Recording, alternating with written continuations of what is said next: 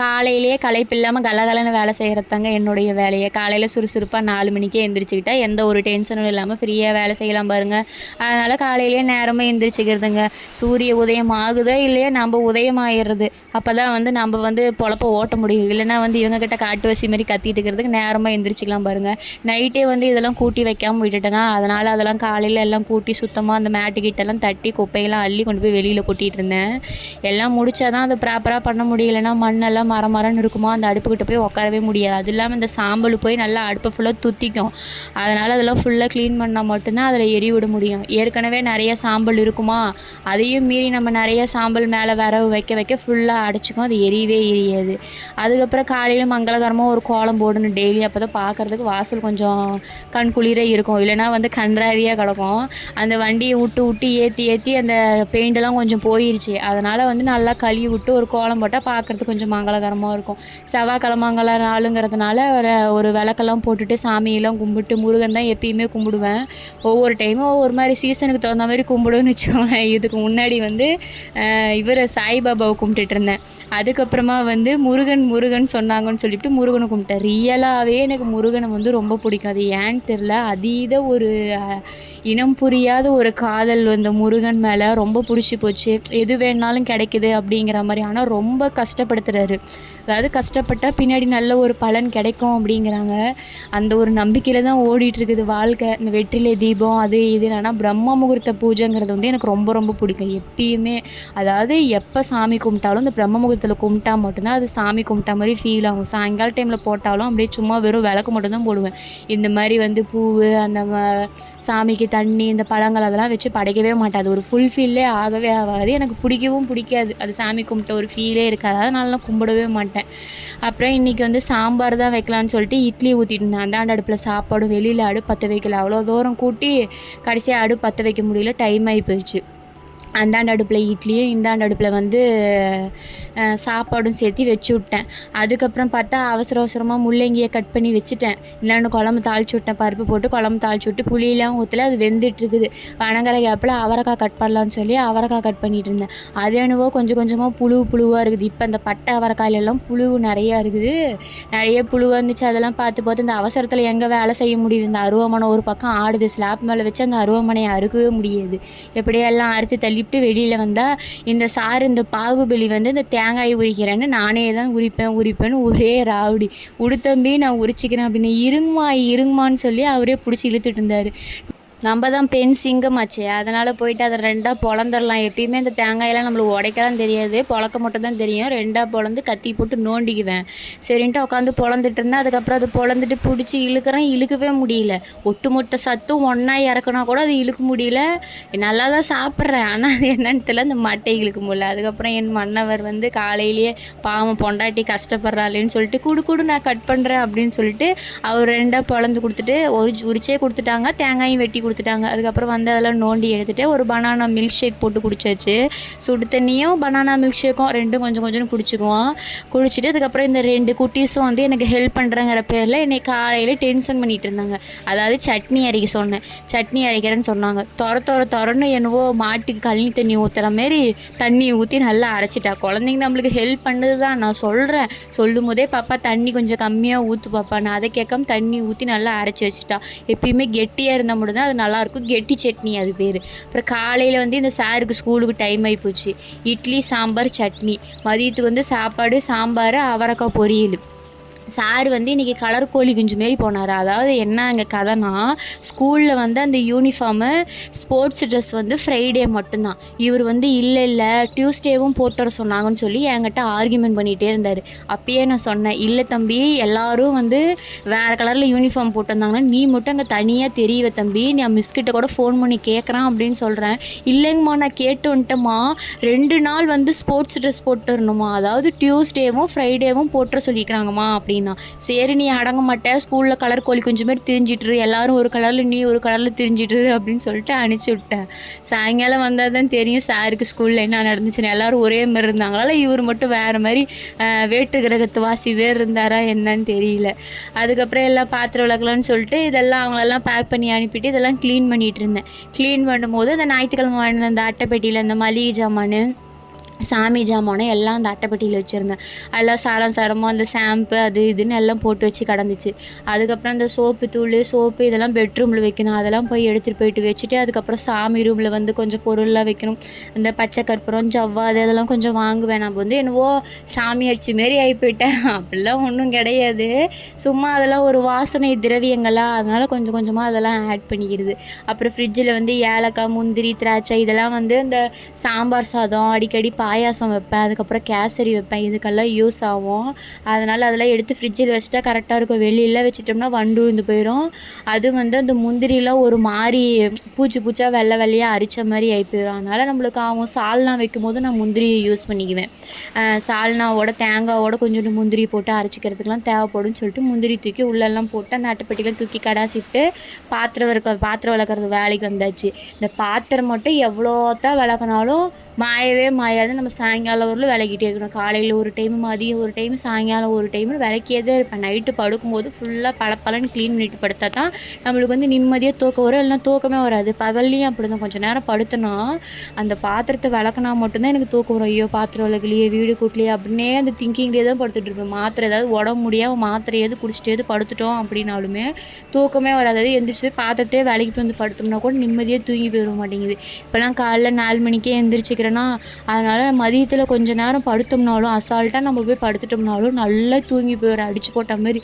திடீர்னு எந்திரிச்சு பார்த்தோமோ அது நைட்டா பகலா அப்படின்னே தெரிய மாட்டேங்குது. அப்படி இருக்குது. ஒரு வழியாக எல்லாத்தையும் முடிச்சுட்டு பளபளன்னு எல்லாம் க்ளீன் பண்ணி முடிச்சுட்டு அதுக்கப்புறமா வெளியே வந்து கொஞ்ச நேரம் உட்காரலாம் அப்படின்னு பார்த்தா, ரெஸ்ட் எடுக்கணும்ல, கொஞ்சமாவது அந்த உடம்புக்கு ஓய்வு கொடுக்கணுமா இல்லையா? ரொம்ப முடிய மாட்டேங்குது, டயர்டாக இருக்குது. நானும் அது இதுன்னு ஏதோ ஒன்று செஞ்சுட்டே தான் கிடக்குறேன். அந்த ஜூஸ் குடிக்கிறது, பச்சைப்பயிறு சாப்பிட்றது, உளுத்தங்கஞ்சி சாப்பிட்றது எல்லாமே சாப்பிட்டாலும் இந்த கீழே குனிஞ்சு நிமிர முடியல என்னால். வீடு கூட்டவோ வாசல் கூட்டவோ குனிஞ்சு நிமிர்ந்தா அந்த இடுப்புக்கிட்ட பயங்கரமாக வலிக்குது. அதெல்லாம் கொஞ்சம் ரெடி பண்ணணும், நல்லா பார்க்கணும். அதாவது டெய்லியும் தொடர்ந்து ஒரு 48 நாளைக்கு உளுத்தம்பஞ்சியோ இல்லைன்னா உளுத்தம் பருப்பை வந்து நாட்டு சர்க்கரையும் ஏலக்காயும் போட்டு நல்லா அரைச்சி குடிக்க சொல்கிறாங்க. அந்த மாதிரி சாப்பிட்டா சரியாக போயிடுமா. எங்கே வந்து எதை நம்ம செஞ்சாலும் ஒரு 4 நாளைக்கு மேலே அதை ஃபாலோ பண்ணுறதில்ல. உருப்படியாக அந்த 4 மணிக்கு எந்திரிக்கிறது மட்டும்தான் இப்போ ஒரு கண்டினியூஸாக ஒரு 30 நாளாக பண்ணிகிட்ருக்கேன். அது என்ன ஒரு ஆச்சரியம், மெடிக்கல் மிராக்கல்னு தெரியல, கடவுளோட அனுகிரகமாக என்னன்னு தெரியல. ஆட்டோமேட்டிக்காக அந்த 3:45க்கு தூக்கம் கலைஞ்சு போயிடுது. அந்நேரத்துலேயே எந்திரிச்சு குளிச்சுட்டு வந்து நம்ம வேலையை ஸ்டார்ட் பண்ணோம்னா இதானே 4:30 5 மணி ஆகி போயிடுது. அடுப்புலையும் உள்ளேயும் வெளியும் சமைக்கிறோமா, அதனால் சரியாக போயிடுது. அப்புறம் எல்லாத்தையும் கூட்டி தள்ளிவிட்டு வெளியில் போயிட்டு அந்த துணியெல்லாம் நேற்று வந்து கொஞ்சம் மழை வந்த மாதிரி இருந்துச்சு. அதனால் மழை மோடத்தில் லைட்டாக துணியெலாம் நனைஞ்சு போச்சு. அதனால் நேற்று துவைச்ச துணியை மறுபடியும் காலையில் வெயில் வரத்துக்கு முன்னாடியே எடுத்து போட்டிருந்தேன். ஒரு 8 மணி பக்கமாகவே எடுத்து வெளியில் போட்டேன். அது நல்லா காஞ்சிட்டு இருந்துச்சு.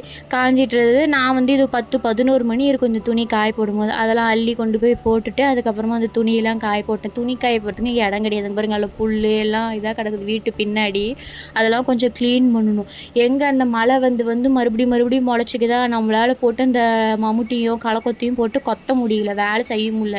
எப்படி தான் அந்த காட்டு வேலை செய்கிறவங்க களை கொத்துறவங்களாம் வேலை செய்கிறாங்களே தெரில. நம்மள தின்னுபிட்டு நல்லா சொகுசாக இருந்து பழகி போச்சா, அதனால் அந்த உடம்புங்கிறது வளையவே மாட்டேங்குது நம்மளுக்கு. என்ன தான் வேலை செஞ்சாலும் சரி, அதெல்லாம் க்ளீன் பண்ணால் நல்லா பளபளன்னு இருக்குமா, அந்த இடத்துல நிற்கிறது கொஞ்சம் பார்க்க இதாக இருக்குமா, அந்த வேறவு அது இதுன்னு போட்டுக்கிட்டு நிற்கவே இடம் இருக்க மாட்டேங்குது. கசனே கிடக்குது. இந்த வாரத்துலையாவது அது ஒரு வழியாக க்ளீன் பண்ணணும். க்ளீன் பண்ணிட்டு துணியெல்லாம் மடிச்சுட்டு உக்காரலான்னு சொல்லி உக்காந்தா மன்னவர் வந்தார். மெதுவோட வாங்கிட்டு வர சொன்னேன், வாங்கிட்டு வரவே இல்லையா. சரி, இது ஆல்ரெடி பருப்பு குழம்பு அவரைக்காய் பொரியல் அது இதுன்னு இருக்குது, இருந்தாலும் பரவாயில்ல அதையே சாப்பிட்டுக்கலாம். சரி வந்தாரே பாவம், அவருக்கு வாய்க்கு ருசியாக ஏதாவது வக்கனையாக செஞ்சு கொடுப்போமே சூடாக அப்படின்னு சொல்லிவிட்டு உருளைக்கிழங்கு வந்து அது பேர் என்னது, பொடி மாசா இல்லை ரோலா, அதுவும் வாயிலே வர மாட்டேங்குது. பொட்டேட்டோ டோஸ்ட்டு இது ஆல்ரெடி ஒரு டைம் செஞ்சுருக்கிறேன். தவாவில் வச்சு செய்வாங்க. அதே மாதிரி அந்த கோனூசியில் வச்சு குத்தி அந்த மாதிரியும் செய்வாங்க.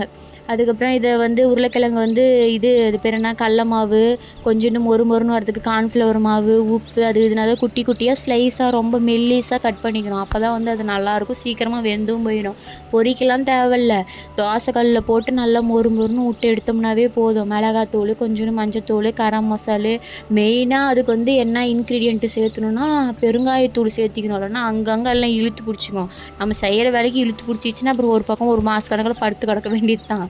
என்ன குடித்தாலும் கேட்கவே மாட்டேது. ஒரு நாள் அப்படித்தான் பலாக்கொட்டையை வந்து கிரேவி செய்கிறேன் அது செய்கிறேன்னு சொல்லி செஞ்சுவிட்டேன். ஆனால் டேஸ்ட்டுனோ பயங்கர டேஸ்ட்டு, கம்மஞ்சோறும் பலாக்கொட்டை கிரேவியும். எங்களுக்கெல்லாம் உடம்பு செட் ஆகி போச்சு, எங்கள் மன்னவருக்கு வந்து சரியில்லை. அப்புறம் ஹாஸ்பிட்டலில் போயிட்டு ஊசி போட்டு மாத்திரையெல்லாம் குடிச்சு ஒரு 3 நாள் ஆகிட்டு அந்த வலியே விட்டுச்சு, நல்லா இழுத்து பிடிச்சிக்கிச்சு. அதுக்கப்புறம் எல்லோரும் என்ன சொல்கிறாங்க, சுடு தண்ணியில் பெருங்காயத்தூள் போட்டு குடிச்சிருந்தாவே போதும், அதுக்கு போய் நீங்கள் 500 தண்டமாக செலவு பண்ணிட்டு வந்துக்கிறீங்கன்னு சொல்கிறாங்க. சரி நம்ம எப்படிலாம் செலவாகுன்றது அது செலவாகி தானே தீரும்.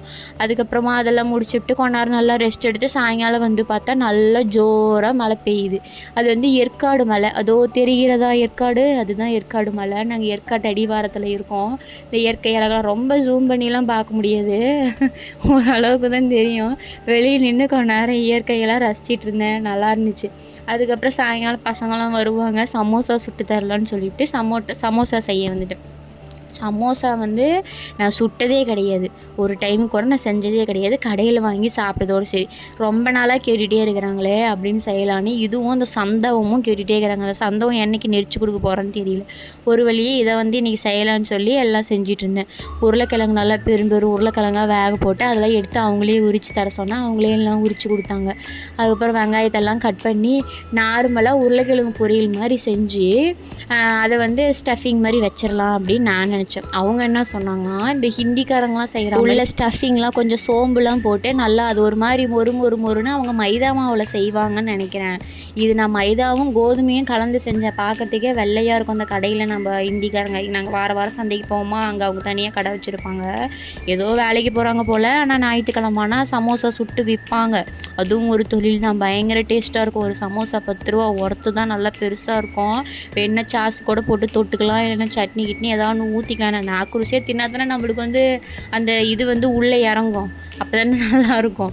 அதனால் அப்படியே சாப்பிட்டு பழகி போச்சு. பஜ்ஜி சுட்டாலும் கடையில் பஜ்ஜி வாங்கினாலும் அப்படி தான், அதுக்கு வந்து உருளைக்கிழங்கு மசால் வாங்கிட்டு வருவாங்க. நார்மலாக நம்மளுக்கு எதுவுமே இறங்காது, எக்ஸ்ட்ரா ஏதாவது டிஃப்ரெண்ட்டாக ஏதாவது ஊறுகாயாவது தொட்டு தின்னு தான் நம்மளுக்கு பழக்கமே. அதுக்கப்புறமா ஒரு வழியாக அதை நான் செஞ்சு முடிச்சிட்டேன். உருளைக்கிழங்கு பொரியல் மாதிரி தான் இருந்துச்சு. வெங்காயம் கொஞ்சம் நிறையா தூக்கலாக போடவும் நல்லா இருந்துச்சு. எண்ணெய் கொஞ்சம் நிறையா ஊற்றிவிட்டு நல்லா வளன்னு வடச்சட்டிலேருந்து வலிச்சு உள்ளே வந்து உளுந்துருச்சு. ஆனால் அதுக்கு மேலே இதில் என்ன ஹைலைட்னா, மாவுலாம் நல்லா பதமாக உருட்டிவிட்டேன். அதை போட்டு நல்லா வந்து பக்குவமாக ரவுண்டாக தேய்ச்சி அதை வந்து கத்தியில் கட் பண்ணணும். அது வந்து எப்படின்னு எனக்கு தெரியல, 2ஆக கட் பண்ணிவிட்டேன். அதுக்கு மேலே அந்த ரோலை வந்து எப்படி மடிக்கணும்னு எனக்கு தெரியல, இப்படி மடிக்கணுமா அப்படி மடிக்கணுமான்னு. எங்கள் நாத்தனார் வீட்டு பொண்ணும் அந்த பையனும் எனக்கு நாத்தனார் வீட்டு பையனும் எனக்கு டிப்ஸ் சொல்லிட்டு இருந்தாங்க. அவங்க ஆல்ரெடி அவங்க வீட்டில் செஞ்சுருக்காங்க. அத்தை இப்படி மடிங்கத்த அப்படி மடிங்கத்த அப்படின்னு சொல்லிட்டு அந்த கார்னர் சேஃப் கொண்டு இப்படி மடிக்கணும், அந்த மாவு வந்து இதில் டச் பண்ணணும் தான், இப்படி அப்ளை பண்ணணும் தான், அப்போ தான் கரெக்டாக வரும்னு அவங்க இன்ஸ்ட்ரக்ஷன் எனக்கு கொடுத்துட்டு இருந்தாங்க. சின்ன பிள்ளைங்களா இருந்தாலும் நல்லா விவரமாக தான் சொல்லுதுங்க, நம்மளுக்கு தெரியலாம் கற்றுக்கலாம். இல்லைன்னா நம்மளுக்கு கௌரவம் கிடக்குது. நான் டீசெண்டாக நான் கௌரவமாக சொல்கிறேன் இதுதான் நடந்துச்சு அப்படின்னு. அதுக்கப்புறம் செஞ்சேன், நல்லா தான் இருந்துச்சு. ஒரு வழியாக நல்லா மொறுன்னு பொரிச்சு எடுத்தாச்சு. சேனல் கொஞ்சம் கம்மியாக வச்சு எல்லாம் பொரிச்சு எடுத்தாச்சு. எடுத்து பார்த்தா உள்ளே வந்து என்னாச்சுன்னா டேஸ்ட் வைஸ் நல்லா இருந்துச்சு, ஆனால் தோல்லாம் மொத்தமாக இருந்துச்சு. இருந்தாலும் பரவாயில்ல, நான் அடிச்சு நவுத்தியாச்சு. பாய், இன்னொரு விளாகில் பார்க்கலாம்.